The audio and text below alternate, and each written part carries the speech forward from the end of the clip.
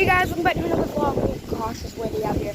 Because, if you don't know, if you haven't watched the news already, Hurricane Ian is hitting Florida, South Carolina, and North America pretty hard. And yeah, I'm outside right now.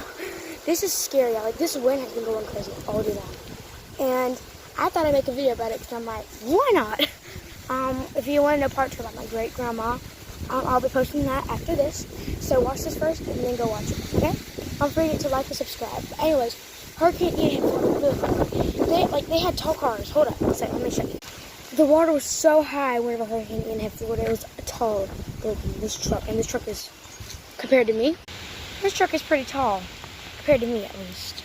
And yeah, so just please send prayers to North America because this Hurricane Ian is hitting tomorrow. I'll keep you guys updated, and don't forget to like and subscribe. Love you guys.